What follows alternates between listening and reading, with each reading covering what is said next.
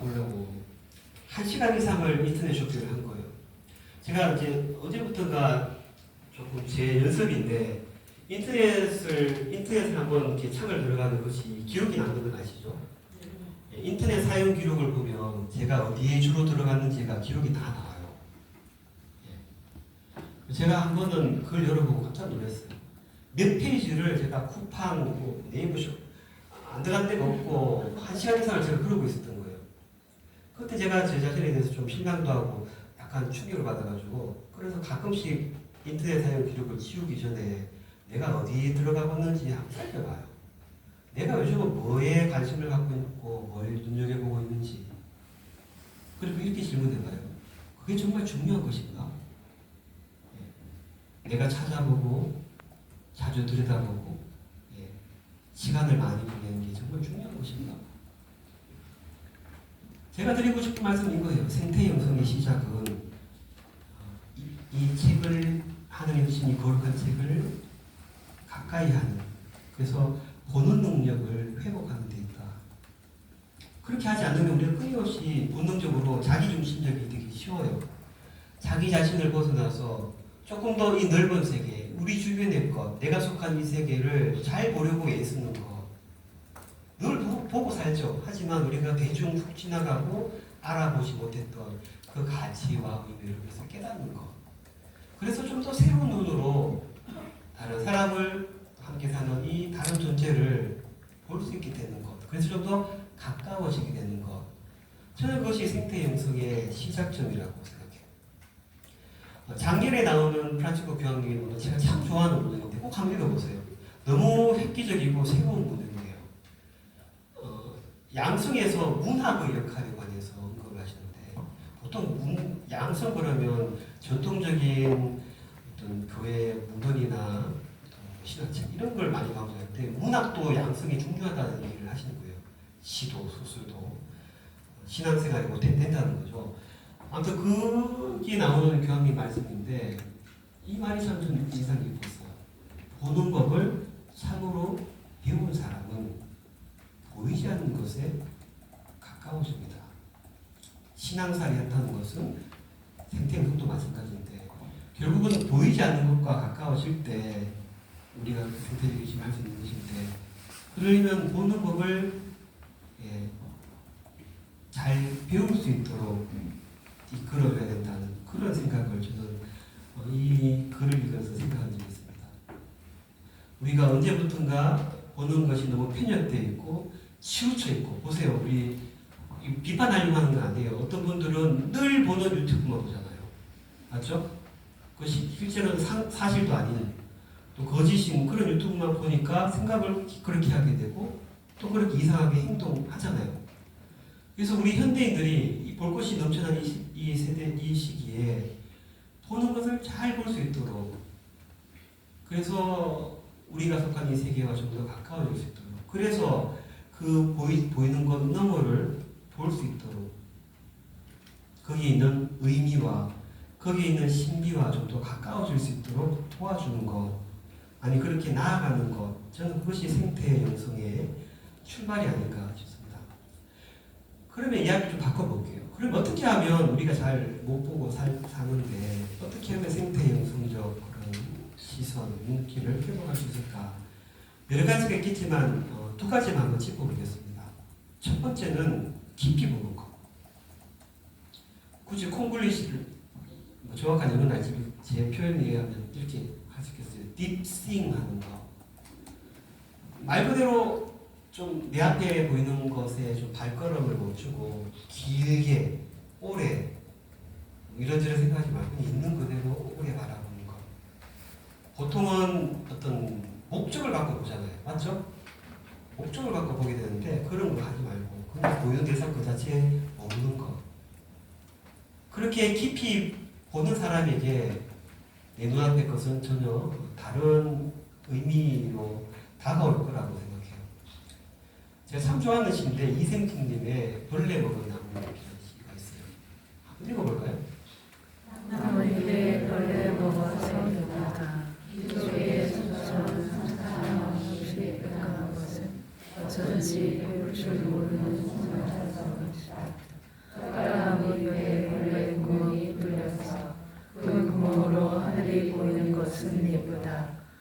상처나서 있다는 것은 잘못인 줄 안다. 그러나 나물 먹어도 살아가는 저는 생각합니다. 어떠세요? 좋아요? 근데 솔직히 말해봐요.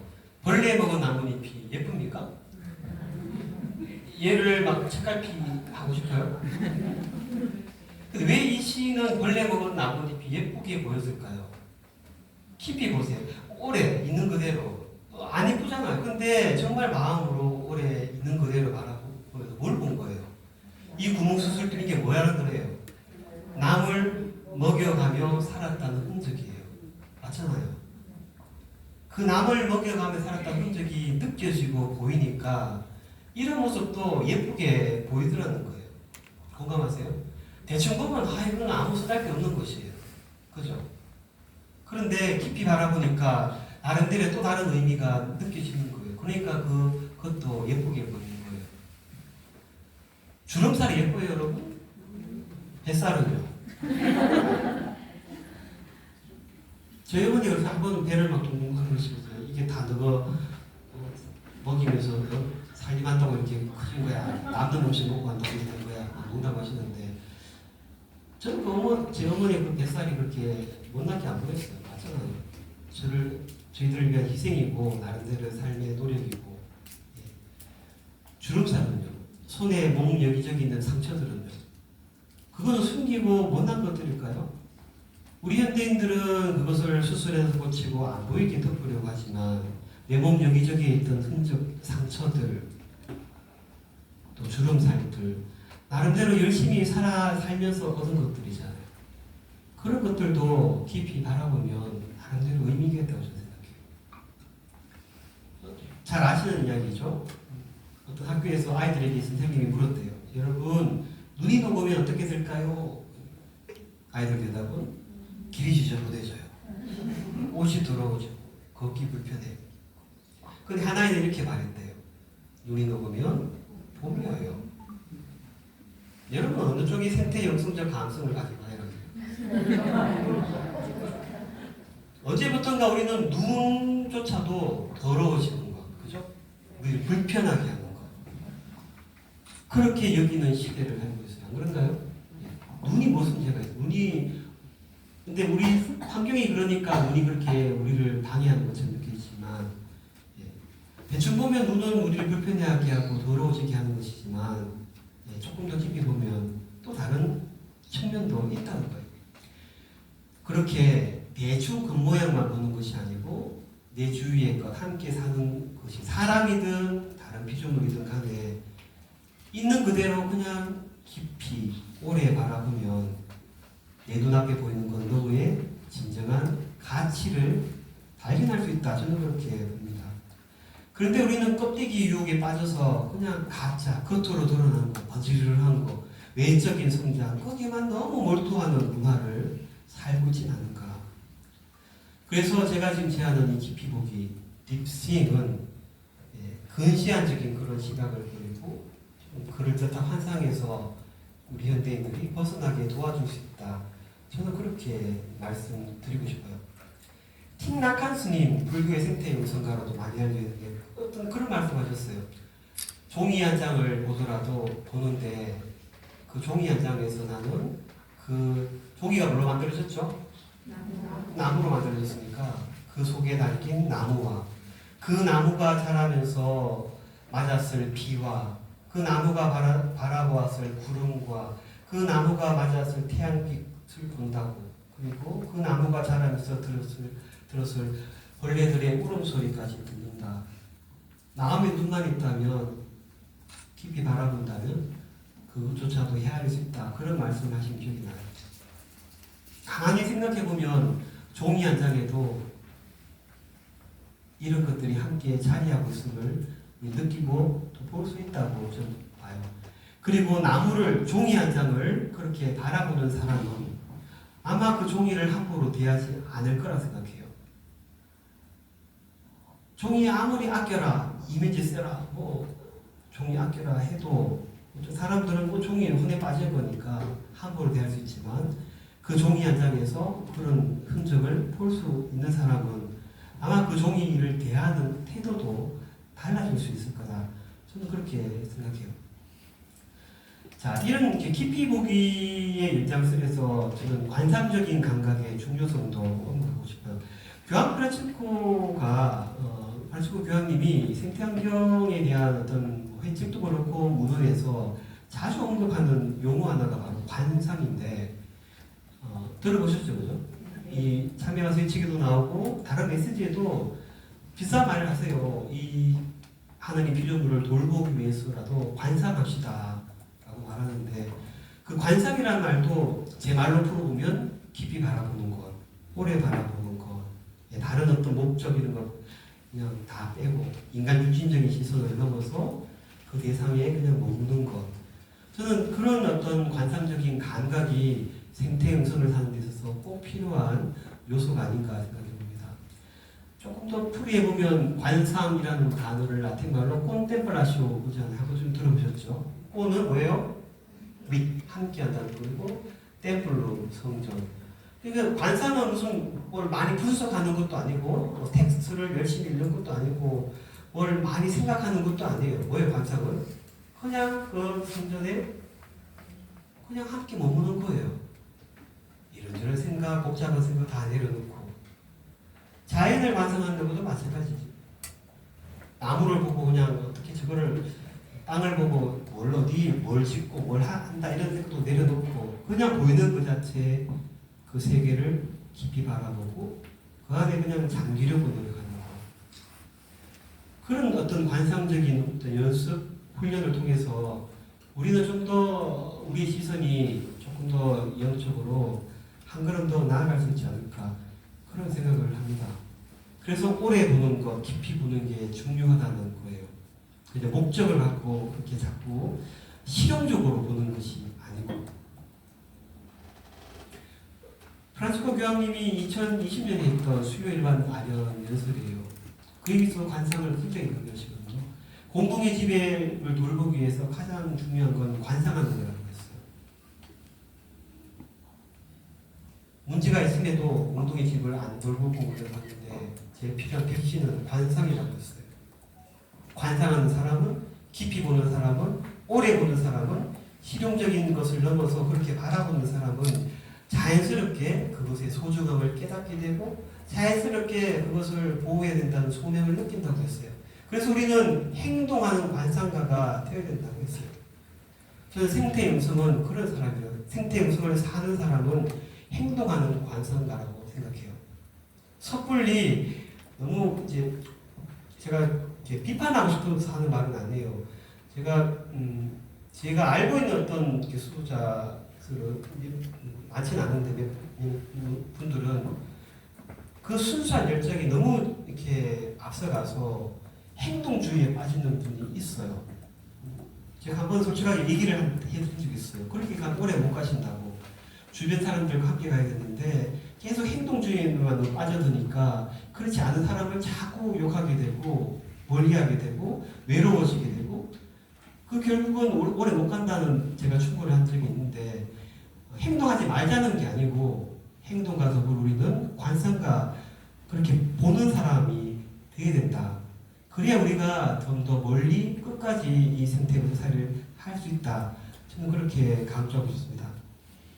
두 번째, 이 생태 영성적 시설들을 회복하기 위해서 제가 제안하고 싶은 건 크게 보는 거예요.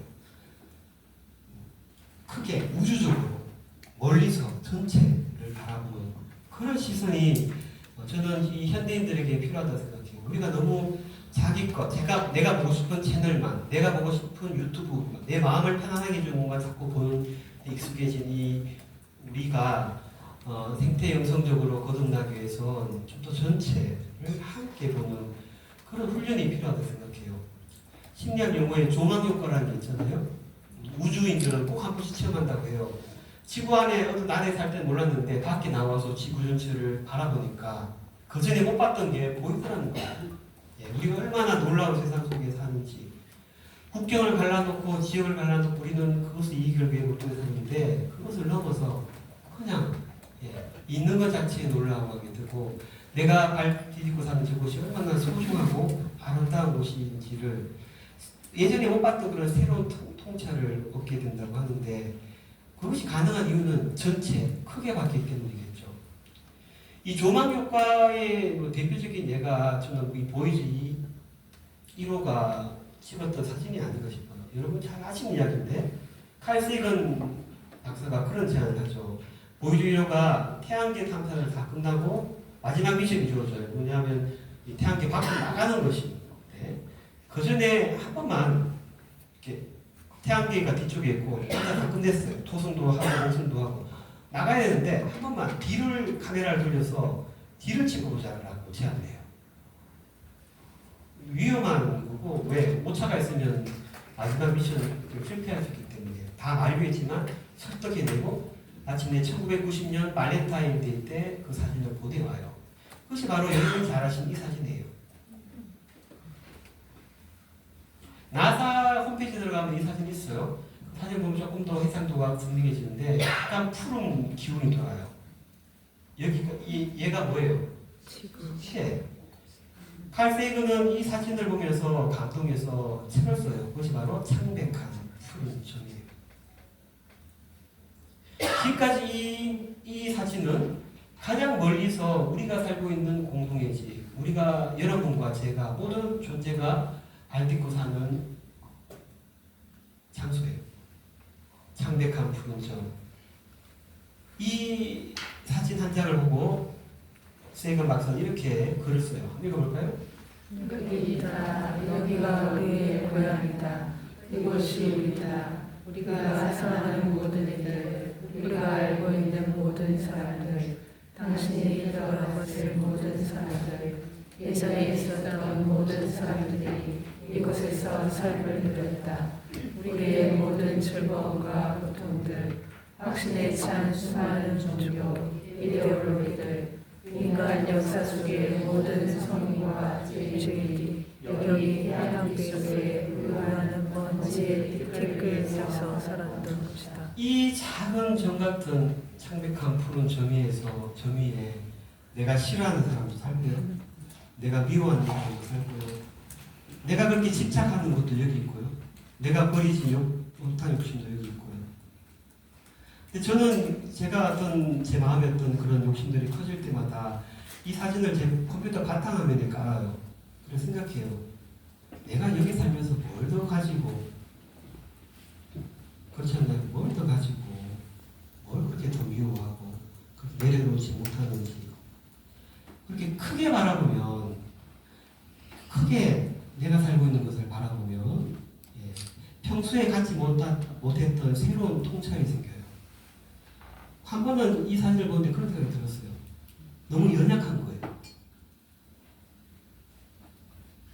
우리는 하느님 창조 세계라고 노래하고 태양에서 유일하게 생명이 있는 신비한 곳이라고 얘기하는데 한 번은 얘를 보는데 너무 연약하게 보이는 거예요. 곧 부서질 것 같은. 제 마음에 너무 그렇게 따뜻한 어떤 그런 느낌이 솟아오더라고요. 너무 연약하고 작으니까 지켜주고 싶은 그런 마음이 제 안에서 어떤 느껴졌던 적이 있어요. 내가 이 안에서 그냥 내 것만 볼 때 살 때는 그런 게 몰랐는데 멀리서 전체적으로 크게 바라보면 새로운 통찰이 생깁니다. 저는 제 체험에 비추어서 그런 이야기를 들을 수 있을 것 같습니다. 이런 조망 효과, 크게 볼 수 있도록 우리에게 어떤 기회를 준 용어가 하나 있죠. 그것이 바로 우리 공동의 집.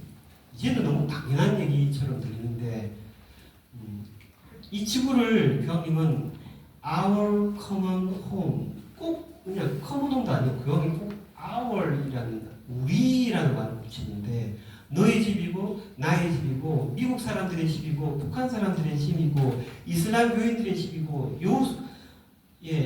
여호와의 종인 사람들의 집이고 내가 싫어하는 사람들의 집일 수도 있고 하지만 그 유일한 집. 크게 여기에는 국경도 없고요. 뭐 잘난 사람 못난 사람도 여기서 보면 뭐가 그래 두드러진 거예요. 그래서 우리 공동의 집이라는 이 인식을 먼저 할 필요가 있다는 거예요. 국익을 따지기 전에 우리 지역 예산을 더 타내기 전에 우리 공동의 집이라는 그런 새로운 이해가 필요한데 그것이 가능하려면 저는 전체적인 관점에서 크게 우리가 사는 곳을 바라볼 필요가 있지 않나 생각해 봅니다. 많은 사람들은 아직도 지구를 인간을 위해 주어진 창고처럼 생각해요. 자원으로 생각해요. 인간을 위한 배경으로 생각해요. 심지어 그리스도인들조차도 그냥 인간을 위해서 하나님이 이런 자원을 주셨고, 우리가 여기서 마음껏 누리고 살도록 그렇게 선물로 주셨다고 생각해요. 과연 그런가요? 하늘이 창조하신 저 수많은 피조물들은 인간의 어떤 도구가 되기 위해서 주어진 것인가요? 좀 더 큰 관점에서 크게 바라보면 과연 그럴까? 라는 어떤 성찰을 할 수 있을 거다. 저는 그렇게 봅니다. 생태 영성은 조금 더 넓은 관점에서 우리 공동의 집이, 이 지구가 누구의 것인지, 그 속에 누가 살고 있는지 바라보게 합니다. 이 집에 누가 계시죠? 여기 현대가 만들었나요? 롯데건설이셨나요? 삼성?